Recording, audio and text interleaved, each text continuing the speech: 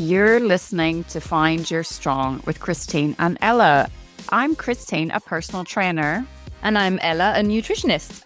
And we're both also intuitive eating counselors, both fiercely non-diet and both done with toxic wellness messaging.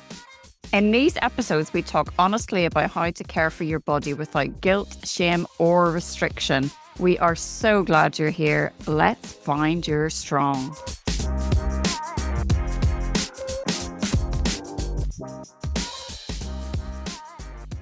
Hello.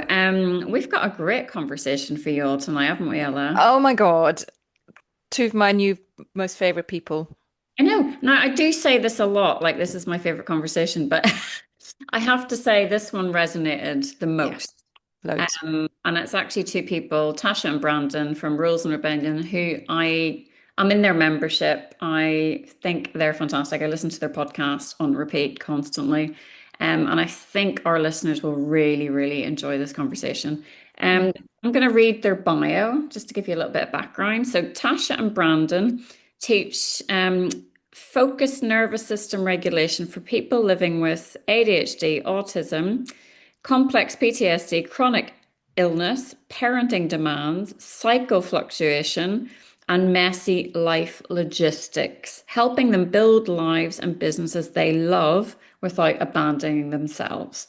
So they basically help people, perfectionists, people in burnout, people who are struggling with overwhelm. Now, I think that's the vast majority of us. Oh, 100%. I would say anyone who doesn't have these complex life circumstances is probably living on a different planet. I think we've all got that. And, you know, to a more or lesser extent, we all have to juggle like tons of balls in the air all the time. And that's why I think this conversation will resonate with literally every single person listening to the podcast.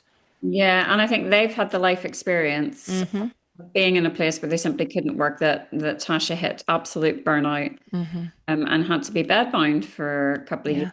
And it's quite a powerful story, what they've learned and what they've taken from that time and how they've rebuilt their lives accordingly is just inspirational. I just find it, I could listen to them all day. So without further ado,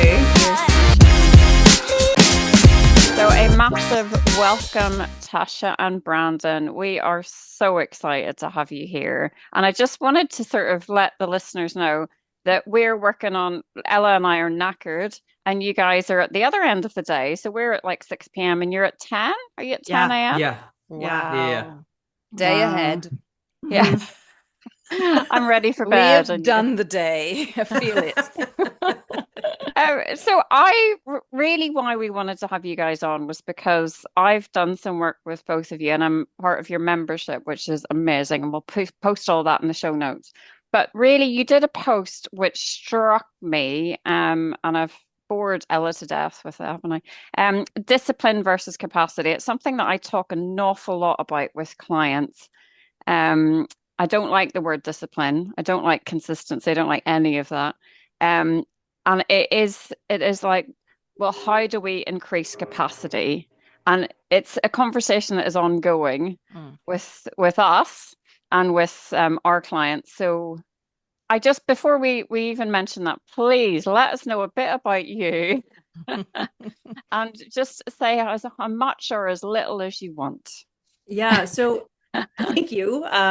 Capacity, my hatred for the word discipline and the very rigid cis hetero able-bodied neurotypical definition of consistency will send both of us through the roof because it resulted in our lives being completely turned upside down, right? So in 2014, I got really sick. And in 2017, I ended up bedbound.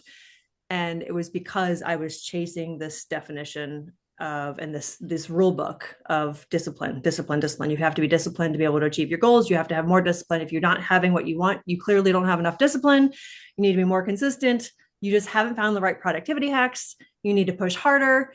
And I did until I couldn't do literally a single thing any fucking more for years. And in that, we were forced to kind of re-examine literally every rule that we had been following from our childhoods, from our family of origins, from families of origin, from our rule book. Both of our parents, we both grew up in entrepreneurial families. And so there was a huge push for discipline and consistency in that world, as you know.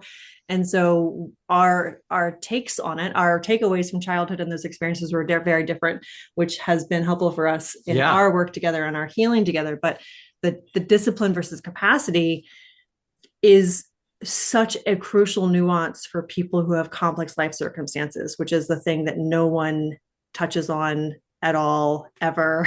And it is why so many of us are so confused. Well, and one of the things for me that literally just blew my mind wide open was just the internal conversation about capacity never existed. Mm-hmm. Like, what's your capacity? My capacity is until the end of the day. Like, how much stuff can I cram in to the next few hours that I'm still awake? Like, that's the capacity, not at the beginning of the day. What's my capacity? Only to work for an hour. Okay, then that's what I'll do.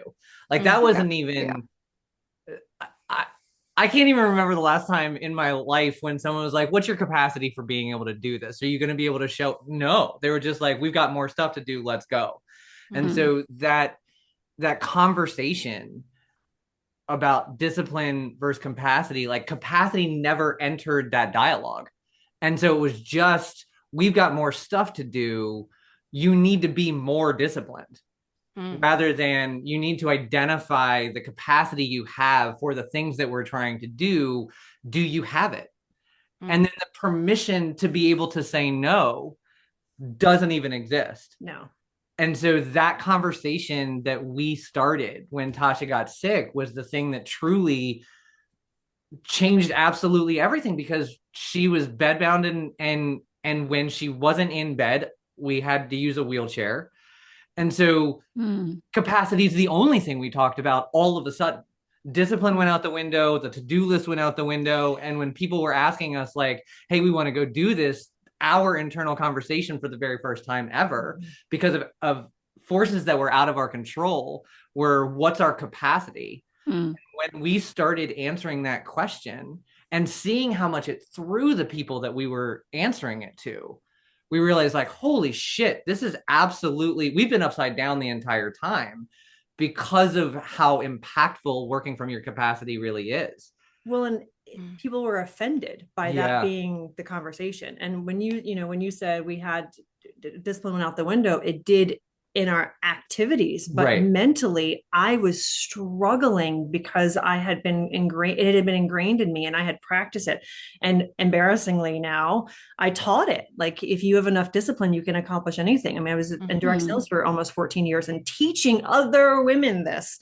And I had, my physical body was shut the fuck down. Like, it was saying, absolutely not. I don't care how much you want to do things, you can't. And it was a lot of work to not try to keep pushing when my body was, just clearly was not capable of it. It was a lot of mental hurdles, which I think is part of the nuance of this conversation of discipline versus capacity. Sure, you have physical limitations and those things do limit what you can do. But the mental part of it is what is actually so exhausting that is invisible to everybody else. If you have that wiring of, I should be able to do this, looking at all these other people who can do this, other moms, other people who are, for your community, of people who are exercising every day, but they're not taking into consideration all of the other factors that contribute or reduce your capacity. Or probably also operating on the edge where they actually haven't got the capacity, but they're still going until it's like burnout, right? Oh, I've got so many thoughts in my head. I know. Can I just ask you guys to clarify for the listeners, the complex life circumstances? So what do you define as the CLCs? Yeah, so CLCs is kind of our coined term. When we started reverse engineering how we were making progress in a world that did not at all accommodate our family's needs and what our family really needed to be able to thrive versus just survive, we started looking at the people, honestly, that I had been obsessed with following in the personal development world. Brandon was in this arts and entertainment industry for 20 years. I was like fast tracked to be, running an empire, and I got to be the girl boss and all of these things that I was taught that I should be to be like a strong feminine business leader, right? So when we started looking at the people that I was following who was like, oh, I love their book and I'm gonna do everything they say and all of these things. They had a staff of 12. They had usually a wife who was managing the social calendar and their family and their children. They didn't have chronic illness. They didn't have a fluctuating cycle. They had nothing that impacted their energy to the degree that our family of four was significantly impacted with. Or their mental capacity. Or the mental capacity, or their emotional capacity, honestly, because the world is designed for able-bodied, cis, hetero, neurotypical, rich Christian white men, right? Like that's our worlds that we live in are structured to support those needs and those expectations. And so complex life circumstances are those pieces and parts of our life that are often invisible, that require more energy, require us to jump through certain extra hoops, contort and shape shift to be able to achieve similar or the same results that other people have been kind of taught as conventional. This is how you do it. And so the complex life circumstances, the CLC score, the higher your score is, the higher number of those layers of complexities, the more energy you are putting out in a day that is often invisible, the more expectations you have of yourself, the more that you are having to calculate to achieve whatever the hell success is for the people that you are in community with, the regional location, your family of origin, all of those different kind of parts that we are a contributing member of that then produce expectations on our roles and how we exist. One of the things that I like to think about when it comes to CLCs, because you can get in the weeds and it can be very nuanced for every single person. And so sometimes it feels hard when we're talking to clients. It feels hard for them to say, like, I don't know what my CLCs are because everything feels complex. At the end of the day, when you give yourself permission to collapse and all the shit you feel, your body, the things that you weren't able to get done, the emotions you have going on, the people that you needed to interact with that needed things from you that had nothing to do with you in the first place, that you feel a pull to either see, maintenance, hear, whatever, like those things that take up the background noise of your life are your complex life circumstances, and in reality should not be in the background. They should be in your foreground. And so your complex life circumstances are your life. Everything else, everything on your to-do list is somebody else's shit. Even if it's your list, even if you're like, I've got to do the laundry and I've got to do the dishes. If you ask yourself why and for who, most of the time it's not for you. And so recognizing that like all that stuff in the background, those are your complex life circumstances. And those complex life circumstances, whether you see them, feel them, acknowledge them, whatever, they impact every single thing you do. And if you were to think like, let's just pick your menstrual cycle. If you were to give your menstrual cycle the full attention that it deserves every single day of your life, how much space would you have for the other things that you do on a regular day? Less, as you should, because that version of you is very complex and requires a lot of individual attention. And so that is complex life circumstances. And they're so important. And those are the things that everybody asks us to ignore so that we can do more stuff for them in some way. Or they're explained away as excuses by mainstream society. I was just going to say, do you get a lot of pushback with that argument? Oh, that's just an excuse. You should just pull yourself together and just get on with it. Do you get that a lot when you explain the CLCs to people? It's funny, we don't anymore because I think people are a little scared to bring that conversation to us. I mean, in all sincerity, the people who have said that to us in the past are no longer part of our lives, which is the part nobody likes to talk about. But in order for us to be able to do what we needed to do to take care of ourselves, we had to draw a line in the sand and say, this is what we have to do for our family. And it didn't, it wasn't like we just called up everybody on one day. Fuck off. That's why we didn't make the cut. Sorry. But it's these conversations of like sharing a little bit of what our reality is and people's reactions to it, and deciding, are you going to support and accommodate our family's well-being, our individual well-being, or are you going to be pushing back? And I don't have the capacity to have to convince you of this reality. And so when it comes to, are we convincing, we do have to oftentimes convince clients when we first start working with them No, this isn't a discipline. I mean, we literally had one of our clients we're working with right now. She's in the second part of our program. We literally had probably like a 10-minute, not argument, but she was really fighting hard for her discipline being the problem when we first started working together. Yeah. And it was like, we had the list of her CLCs that were this long. And we're like, my friend, this is not a discipline problem. You can't breathe with the things that are happening in your life right now. Of course, you can't do your fucking 45-minute morning routine exactly the way you want and go to bed at 10 without scrolling. Like, what in the actual fuck are we talking about right now? So we do have to have some of those conversations that push back on CLCs being real. But most of the time, it's the old rich white guys that are actually having that conversation. Well, there's a lot of sorry, go on. No, please go ahead. No, I'm just thinking when you were talking, Tasha, I was just thinking there is so much self-worth and identity wrapped up in that, isn't there? And in a way, when you're new to this, your identity is being attacked. I am the productive one. I can do all of it. Look at me, how successful I am. There's a lot of identity wrapped up. And if someone says, no, you've got loads of CLCs that are messing things up for you, it's like, no. You're coming back at that from a very sort of internalized kind of identity kind of place, right? Well, and for sure. Then deepening that identity, like there's a lot of the times that we have clients that are parents and your children are your complex life circumstance. Like if there's nothing more complex in your life than your children, I don't know what is. Amen. But especially our generation of parents who are refusing to parent like doing this shit blind. Before. Like, it's a lot of work to face our own childhood experiences while also parenting in a different way. Like that in itself is probably like a CLC score of like 106. Well, and then just everybody going, well, but other people have children too. Yeah. And don't their lives seem interestingly complex? Like, so a lot of the pushback that we get from clients isn't so much, no, I don't believe you, but it's, I'm not unique in this way. How could this be complex? How could my situation required more attention? Because that's the other thing that I think when we really boil it down to, our clients are at the core perfectionists that have pushed so hard that they have burnout.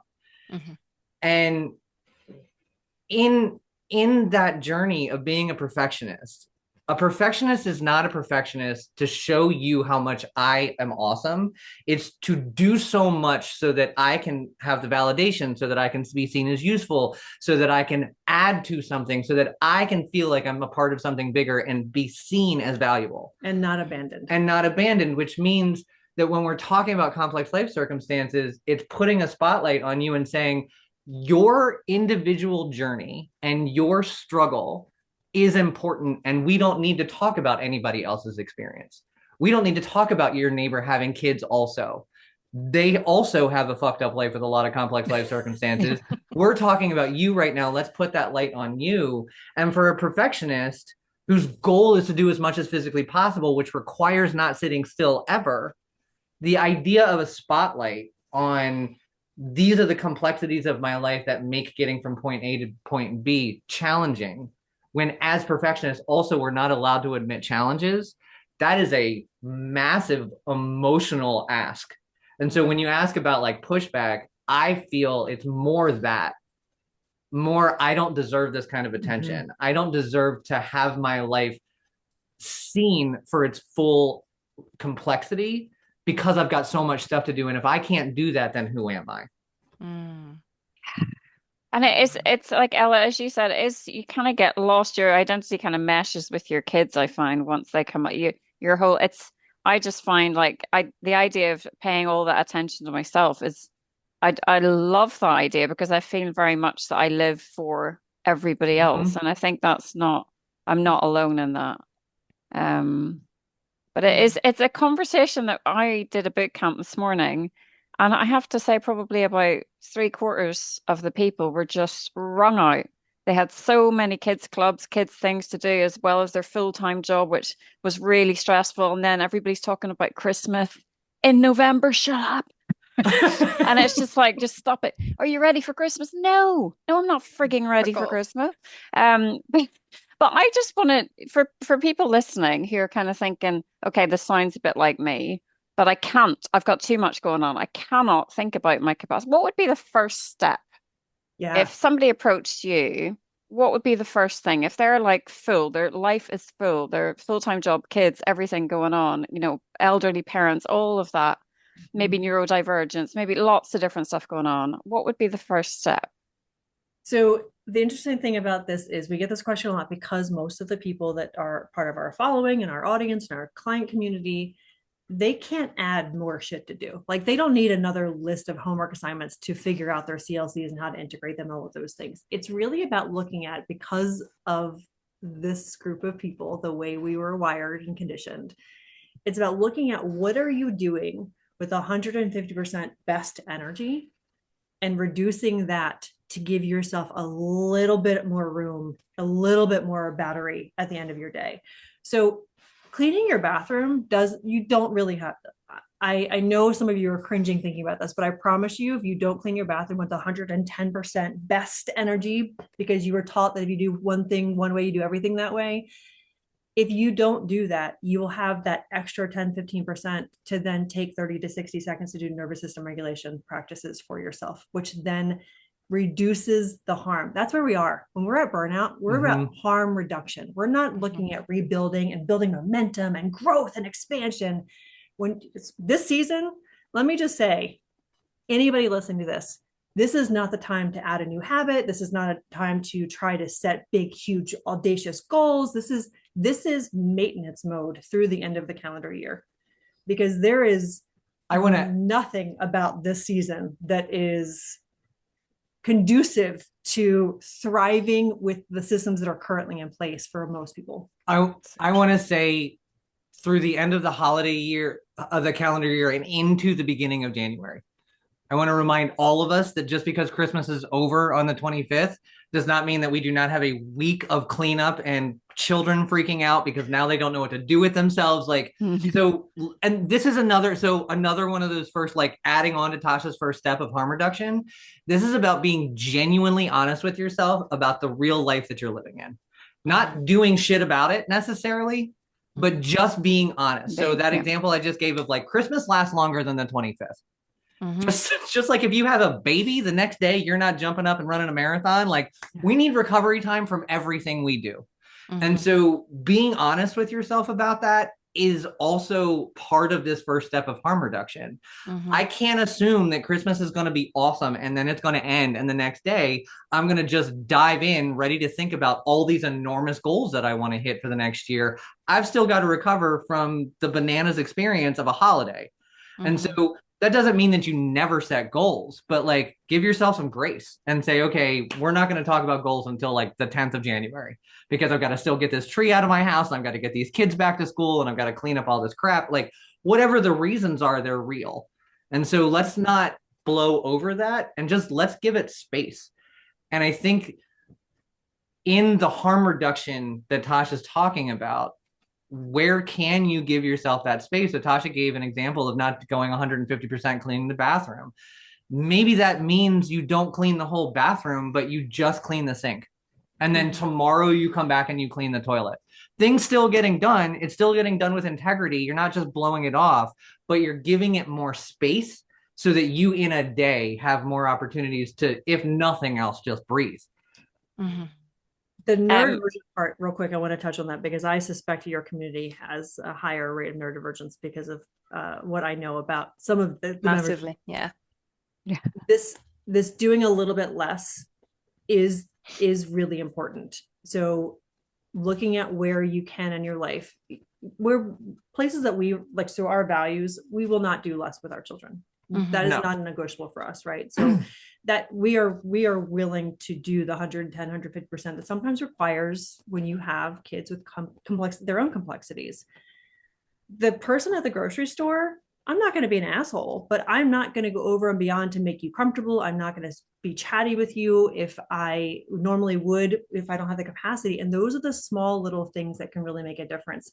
And this is important for people with neurodivergent brains because our brains in this time of the season, this time of the year, this is burnout 101 times 10. This is where that happens the most. And we really start to have those experiences. So acknowledging that there are little moments throughout the day to reduce that in those social interactions in particular, outside of your core people that you are responsible for and that you're committed to, need to really be reduced to your expectations.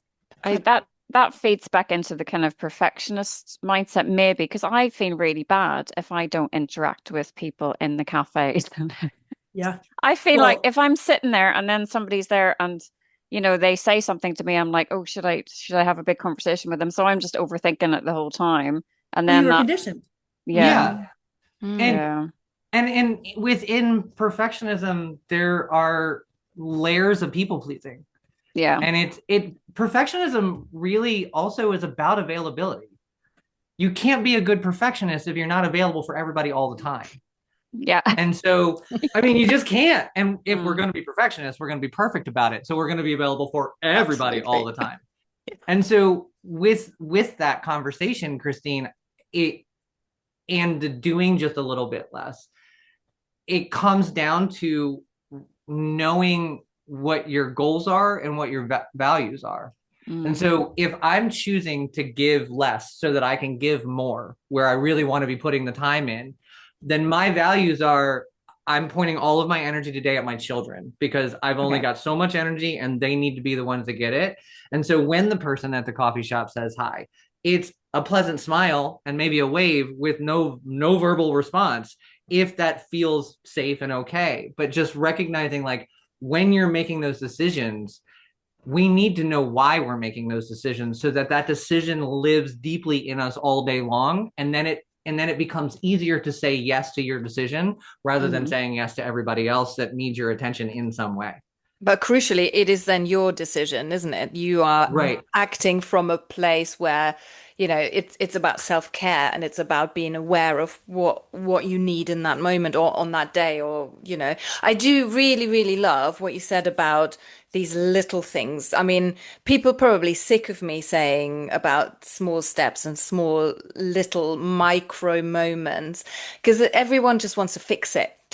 mm, Snap the fingers and oh we're there, we've got this transformation.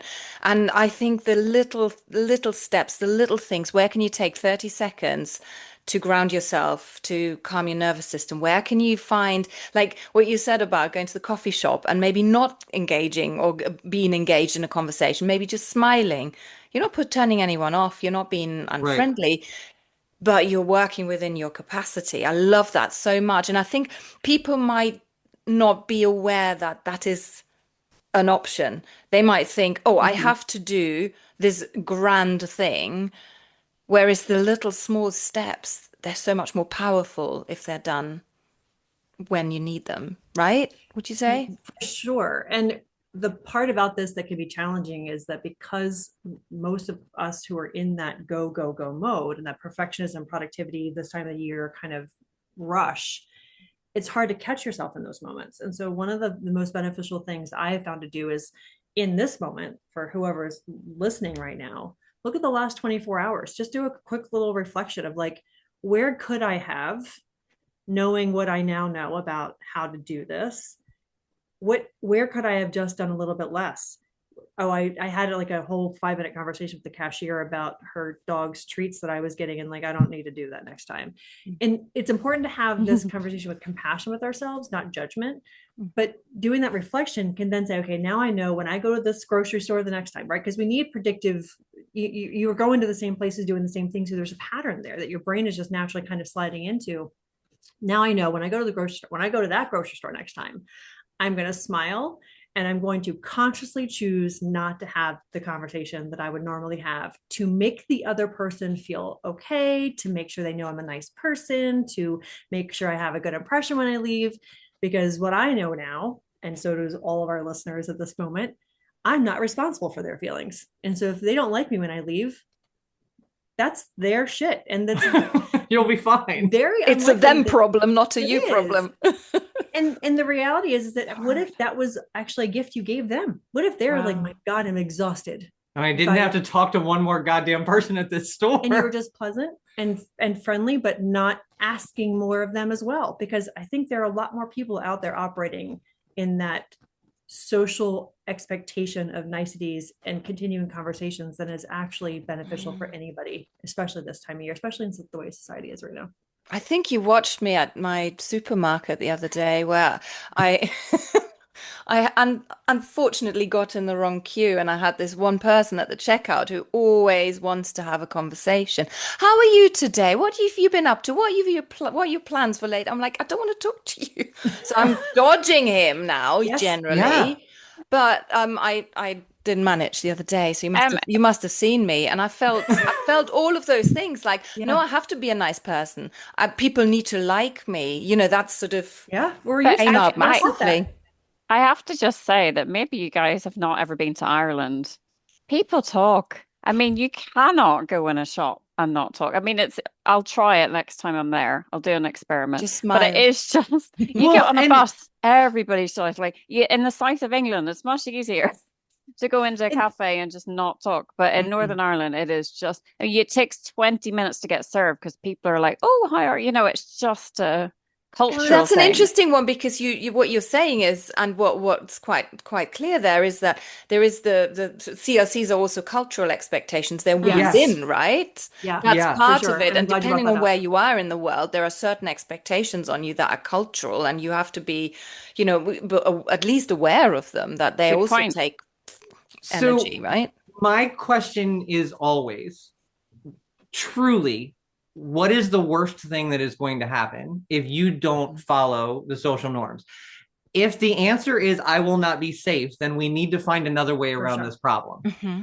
Hmm. Because safety is, you were burnt out because your nervous system does not feel safe. So it created all of this shit for you to do so that it can constantly feel So you safe. can Hmm. manufacture, because you're Right. actually feeling safe still. It's Hmm. manufacturing a sense of safety in these um, programmed habits of niceties and going above and beyond, and productivity being your base of your self-worth and all of those things. So And it's not actual safe. So we might as well dip into what the actual sense of safety is. right. And I mean, and sometimes, like in my case, sometimes they were like much more impactful coping mechanisms. Like that safety came, like I was an alcoholic for 18 years and I smoked a lot and like all kinds of other shit. And it was just for safety. And I Mm. wasn't able to let any of it go until I started creating, like I let go of smoking cigarettes before I stopped drinking. And it was because I found a way to feel safe without smoking before I found a way to feel safe without drinking. And so really, that truly, and I'm so glad you brought this up, Christine, that truly is where these complex life circumstances get shoved down. It's not safe to talk about the fact that I'm sick. It's not safe to talk about the fact that I have a menstrual cycle and I don't want to fucking talk to you today. It's not safe that, like, whatever those things are. And so we push them down and then we just start performing. And so, to your point, I'm so glad you said this. Socially, is the ramification of you not engaging unsafe? And if it's not, but you're super uncomfortable, what cues can we give the outside world that I'm not a bastard, but also I'm not engaging with you right I'm now? not available. So is it headphones? Is it a pair of sunglasses inside? Like, what kind of cues can you tell the outside world? I'm not open for business today, so that you can then start to live in the world with safety while aligned with your complex life circumstances. Hmm. And bringing it back to you guys, do you ever get moments where the people pleasing comes back in, or have you, I mean, Oh, is it a practice thing where Yeah. did it take like a I mean, long, it did take us a long time because we didn't have anybody talking about these things, right? Like yeah, yeah. this is why we're so hell-bent on this mission, because we don't see anybody else talking about, Mm-mm. people will talk about ADHD, or people will talk about cycle syncing their business and their workouts and their food, but it's not singular. And this social media, we have, for all the good and the bad, the reality is that there's only so much you can put in a single post, and so you can't always talk about the nuance of cycle syncing with ADHD, with parenting, with all of these different pieces. And so the people pleasing aspect, so here's my hot take on this: we're supposed to be that way. We're supposed to care what other people think. Like, we're Yeah. wired for that, right? Like, it's one of the biggest lies that we've been told over the last 20 years of this, especially in the US. I don't know, especially in the States. I don't know that maybe this is true for everywhere, but like this be independent. You can do it on yourself, self-care, self-trust, all of these self things. But the reality is we're not designed to be in solitude. That's exhausting. Mm-hmm. And so the difference that we can make in this is when we are looking at people pleasing, choosing intentionally, and this is a word, the phrase that I have started using a lot because it feels real good. Mm-hmm. In order for me to please you, to want you to think fondly of me, for me to care about your opinion about how I'm doing things, you have to have some eligibility requirements in my life. It used to be everybody. It used to be all the people I know. I needed everybody to like me. Now it is barely a fraction of a percent. and it's people that I know have my best interest in mind. For me in particular, my own healing journey, they are always giving me benefit of the doubt. If I'm not perfectly showing up, if I say something that sounds off to them, they're not assuming I'm mad or I'm an asshole or I meant, malicious intent. And so the people pleasing process, it is wired in our nervous system. Remember, the brain body loop is constantly communicating. It's not one or the other, it's the combination. And so it's rewiring these things. And it's honestly taking what you learn in one relationship or one situation and kind of getting your brain and body kind of calibrated with that, and then turning and saying, okay, what can I take from that in this relationship, in this area of my life? And then you build that familiarity, that predictive response in your nervous system and in how you think about things. And it becomes reflexive to not people please. And if you do, because we're human, you're still going to have like, oh, I chose your comfort over my needs in this moment. You catch yourself and you either say, didn't crush it today, but I have a relationship with this person that I can say, hey, I said I could do this thing. And I realized after reflecting on it, I can't actually do it to the degree I said. Can we talk about a way to adjust the expectations? Or I need to not do this going forward. And this is what I need. It's being able to communicate those things, which again is only possible when you are talking to people who value and accept your complex life circumstances as valid and part of the expectations of being in a relationship with you, and are regulated. And are regulated, the people yes. If you're talking to people that are dysregulated, you're having a dysregulated conversation. And so being able to acknowledge and understand that also is a really, really important part when we're talking about CLCs in general. And coming back to this idea of safety, it doesn't feel safe to share anything with a dysregulated person. That's a wild card, and I don't know what you're going to do with this really personal information. And so recognizing that the conversations that are effective and successful are the conversations that are had that are regulated when both parties are regulated. And so being able to identify, you're not regulated right now. I am not available for this conversation until you are. That's not we're never going to have this conversation, but I need to be able to have a regulated conversation so that we both can hear each other. The other thing that I wanted to say to people pleasing, the question, and again, like now I'm going to be thinking about you in a cafe for the rest of the day. Yeah. Socially, if that's a real concern, the question that I tell our clients to ask themselves is the action that I'm about to take to be nice, or is this me being kind? Nice and kind are two different experiences. When we are being nice, more often than not, it is a people-pleasing action. One of you said, I'm trying to be nice to this person while they're talking to. What if you were kind instead? Because the options aren't nice or asshole. Like we can have some scale in there. Yeah. And so what is the kind option when someone in a store comes up to you, most likely because it's their job to chat you up because they because they were trained to do so, because that's their company line. Like, how can you be kind and send this person on their way rather than I'm going to be nice to this person and have this like social transaction that I know I need to have before I get to be able to buy my own stuff. And where can you be kind with your family instead of people? Like your question, do we still people please? Like a crazy person with her all the time. Like she is my kryptonite for everything. And there are times when I have to ask myself for my own family, because I will give everything for them. I don't have it today. How can I be kind to my children instead of being nice to my children today? How can I empower my children to go do their own shit and be kind in that way so that I can have a break, so that I can power down, so that we can do that thing that Tasha talked about. To like, I can't give you 150% today because I literally only have 5% to start with. So I'm going to be kind to you. And maybe that looks like me sitting with you quietly as opposed to inviting you to tell me about everything that just happened with you and whoever. But like, where can we be kind instead of nice is a great way to address this people pleasing conversation if it feels really scary, because it does.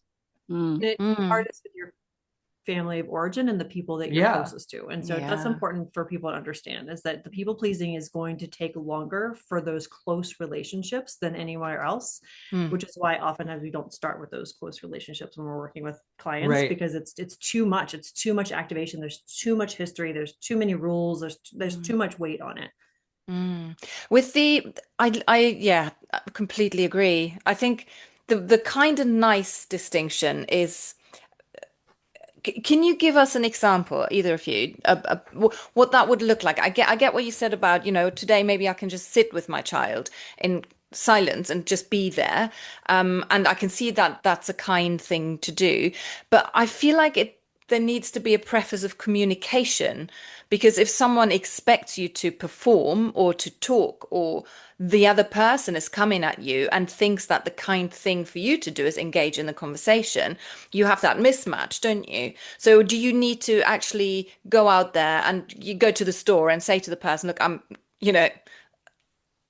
well, what do you say? Yes. Right? I mean, that's a part of this transparency. As part of this practice that is probably not talked about enough, is this transparency of my reality. And part of it is people pleasing. I don't want to make you uncomfortable with telling you that I have a migraine today. So having a conversation is just easier for me to play along with this nicety than to say, I really appreciate how friendly you're being. I just need you to know I have a migraine, so I'm probably not going to talk much through this transaction. And being okay with that. Wouldn't it be lovely?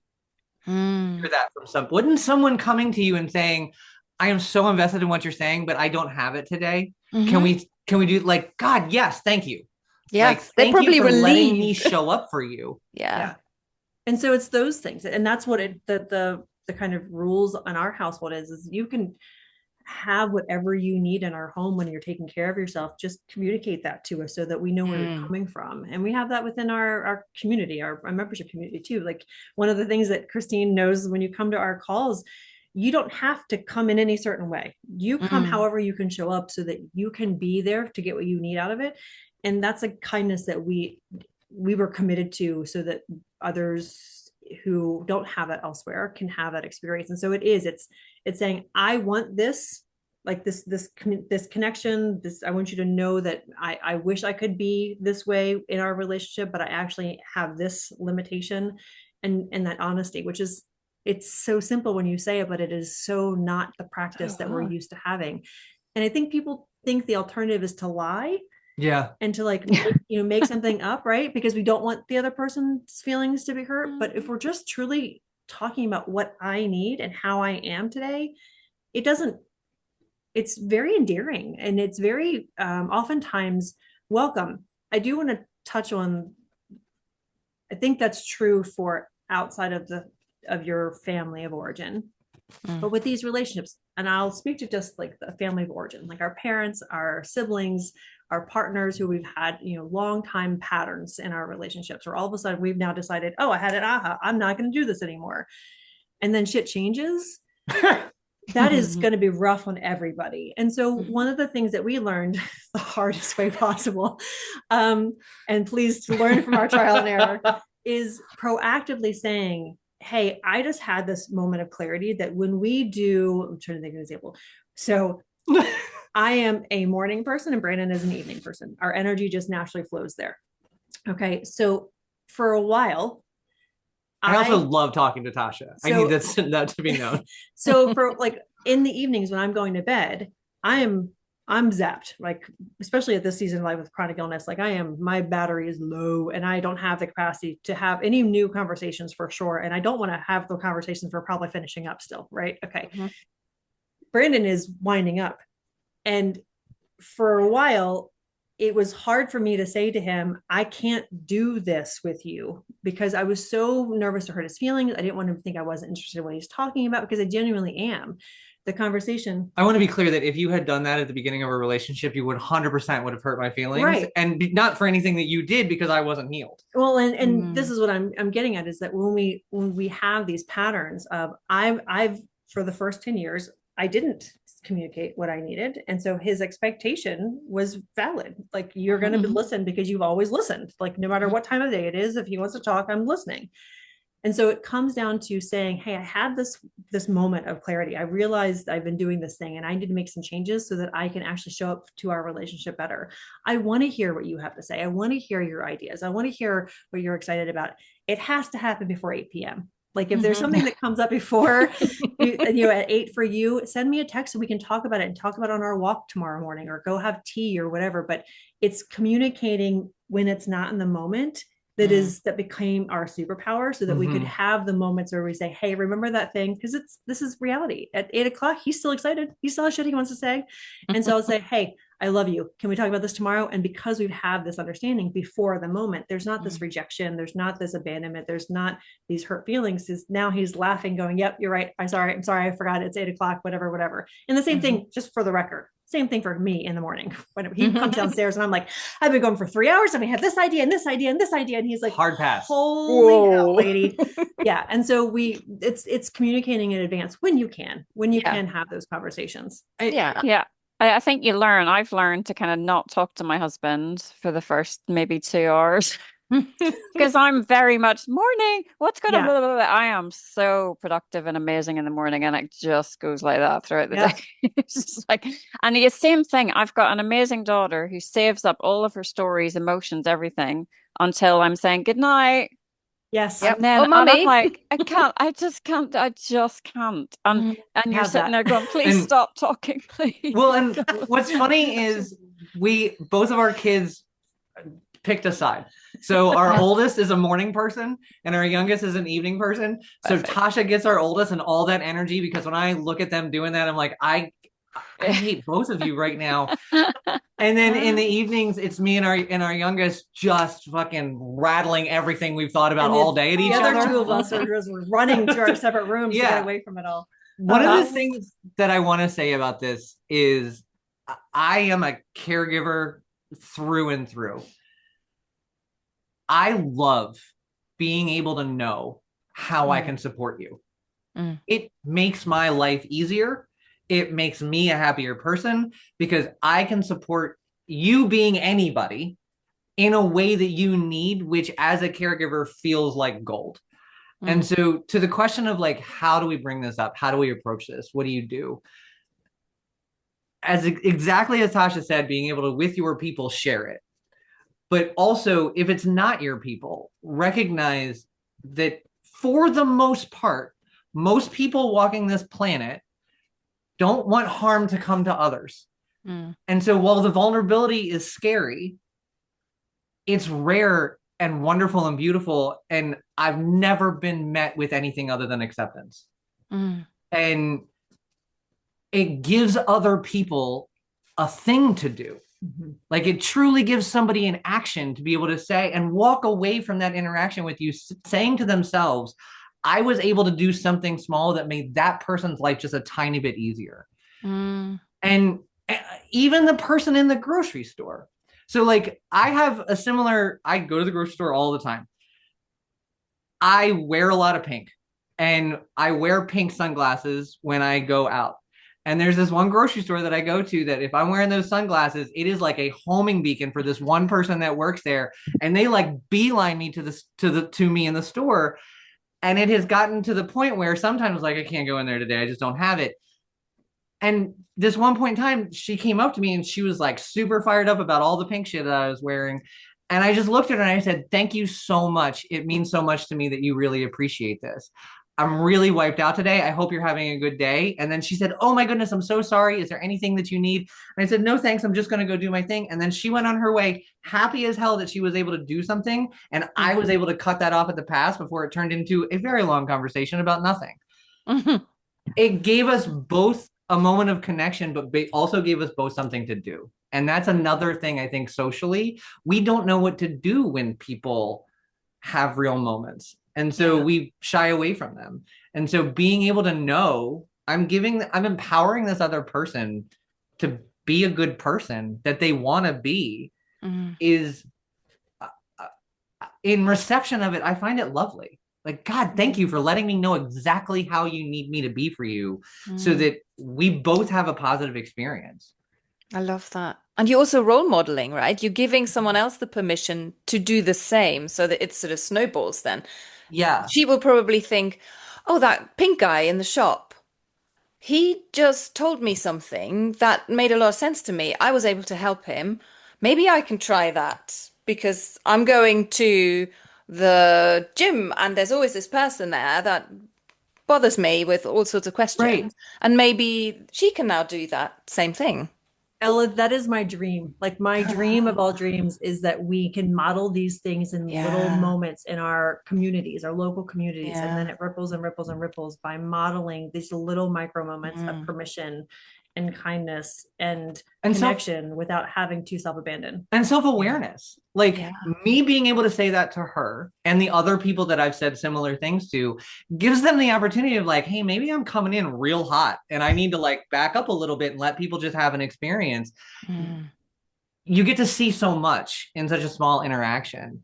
And the language we choose is also really important. Tasha and I started a long time ago using the language effective and ineffective instead of good bad And so when we're sharing these complex life circumstances, like this interaction for me is just not effective today, like or the way that we're talking isn't effective because X, Y, and Z. Like it takes away the judgment.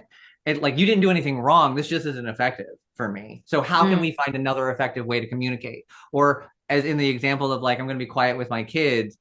If they're like, I need more from you, that's not necessarily the most effective thing for me today. So what can we do together that effectively gives us both of what we want? I need less stimulation and you need more attention. So maybe you pick the show and I'll pick the snacks and we'll cuddle on the couch together. Like, what does that look like? What's the effective way to go about doing this? Really takes the you did something wrong to me or I did something wrong to you out of it. And now we're just problem solving together. Yeah. Team. I mean, I absolutely love that. And sadly, we're almost going to have to close up. Can we have you guys back? Because I've got like so about 125 questions. There's something I'm really interested in. There's two things, but we don't. We'll see. We'll see.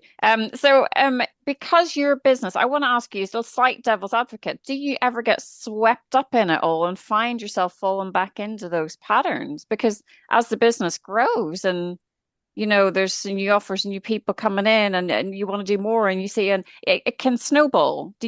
How do you keep yourselves, in that place that you've... Great question. Yeah. So one of the things that I think is important for this, that I wish I had been able to tell myself 10 years ago, is that the expectation that it's never going to go back to the way it was, even for a second, is just unfair and unkind to my future self. Because we've been doing this version of life and business and family and partnership and all of people and humaning for 5 years. I had 40 years of practice doing the other thing, the other way. And so it is going to come back up. The difference, though, is that when it comes back up now, it's a blip. It's a day worse. That's only if I'm like 5 days before my period starts. My luteal phase, it's a full day. But like most of the time, it's like an hour, maybe a half an hour, maybe it's even a moment. And it doesn't take up my time. And so one, knowing that the old survival mechanisms, whether it's people pleasing, productivity-based self-worth, procrastination, any of those perfectionism patterns that we develop to create this sense of safety for ourselves, they're going to surface multiple times going forward. They're going to surface when you have new stress that comes in your life you've never had before. Oftentimes they kind of resurface then because your nervous system is still wired in that way. And they're going to resurface when your complex life circumstances are stacking actively so much that you don't have a new model of what to do yet. Your brain is predictive. And so it's like, I don't have data on what to do when all of these things are happening at the same time. So we're just going to go back to what we learned when we were 4, when we were 7, when we were 12. And so when we know that's what happens, when we do find ourselves in the situations, we as a practice have met those, and that has become automatic of compassion. Like, oh, I did this thing again. I'm not an asshole. I'm not going to judge myself. I'm just saying, okay, like Brandon was saying, it's not effective. And so what do I need to do to bring myself back to me, back to, my values, my goals, my capacity? Those are the three things I'm always checking in with. Like, is this the thing I'm doing aligned with those three parts? And knowing that it's part of the journey, like it's always going to be part of the journey, has relieved me from this, of the perfectionism version of healing, which is so easy to get into. So yeah, in business and in our personal lives, it's always going to be a parallel road that we can have lean over into and then get back on our own road again, and then jump over to the parallel and then jump back into our own lane again. It's why it was so important for us to redefine consistency, so that it's not, well, now we're never doing this again and we're forever only doing these things. It's, we've committed to a life of consistently returning to these practices, so that when those moments do pop up, because they do, because complex life circumstances do become incredibly overwhelming when they all collide. Yeah. And so recognizing, like, this isn't a failure. Now it's not like we turn the switch off and now I have to operate in this old mode forever again. I'm just going to consistently do the things that I did to get myself here now, which is nervous system regulation and giving myself grace and pausing and drinking water and eating food and like just normal like body stuff. But reminding ourselves, like, the goal is to consistently return to the practice, not forsake our entire life before this moment and pretend that it's never going to come back ever. I want to give a specific statement that I use for myself for speaking to that. My commitment is not to never stop doing the thing again. My commitment is always to circle back no matter how many times I've taken a detour.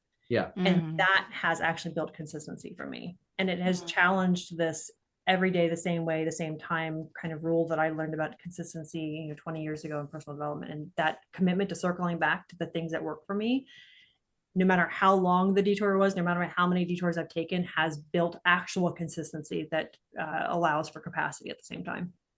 Yeah, it's just redefining consistency. I think we have this kind of vision of consistency. It kind of feeds into perfectionism, doesn't it? It needs to be, it's discipline, it's related to all of that. But your consistency definition is very different. It's about just going back, circling back, doing it again, and knowing that nothing is perfect and that things will happen. And you're just going back to, well, I'm dealing with it. I'm going back. I'm doing it again. I'm doing it again. Yeah. I love it's that. about applying it with context rather than creating a standard. Yeah. It's internal direction rather than external direction. Love that. Beautiful. And it is very similar to sort of the work that we do around body image, movement, and sort of repairing that relationship with your body. The thoughts are still going to come back. The thoughts that you've had for most of your life, you're going to have those days, were really bad body image days where you want to delve back into the diet, and you're going to have those thoughts, and it's better not to beat yourself up about those, but just, as you say, keep coming back to the work that you've done and the things that feel good in your body. And I think that's brilliant. Ella, have you got one more question? I'm going to stop here, but can you guys come back? Because what I really want to do also is ask you about all of this in relation to neurodivergence. I'm just doing a course on somatic trauma integration at the moment, so I'm really interested in anything nervous system related. So I'd love to ask you loads of questions, but we're kind of out of time, Christine, for this one, aren't we? But yeah, can you come back pretty please? We'd love to. We'd love to. Thank you. I just want to, real quick, to say one of the things I love about the work that you guys are doing is it is so aligned with how we see human functioning. It's such a functional, practical way to go about health and your actual physical being. And Christine, every time, I didn't know that to follow you, Ella, so I'm looking forward to following you back. But Christine, all the posts I've seen for you promoting the work that you do and the way you do it, I'm like, yes, more people need to see that. More people need to understand that's how it actually works. And that's actually what's effective versus so much of what we've seen that I'm also rolling my eyes with, that you guys roll your eyes with when it comes to health and wellness and for women. Yeah, that means a lot. We're very on our soapbox, aren't we, Ella? We get yes, we love a soapbox. But Well, it's thank well placed. So I It- appreciate yeah. you being Very on that deserved. soapbox. Yeah, Thank you. absolutely. Well, we are going to add all the details where people can find you, everything that you guys have got going on, courses, membership, etc., which is so much amazing stuff. We're going to put it all in the show notes. Where's the best place for people to reach out to you? The place where we're most active is Instagram. So at Rules and Rebellion on Instagram is probably the easiest place to know where we are. We're there daily. So that's probably the fastest. I love it. I was going to say I love Instagram. I don't love Instagram. That's the platform I like better than the others. Yeah, it's the easiest. Yeah. Yeah. Thank you so much, and we will have you back in the near future. But for now, bye bye. Right. Thanks. Thank you so much.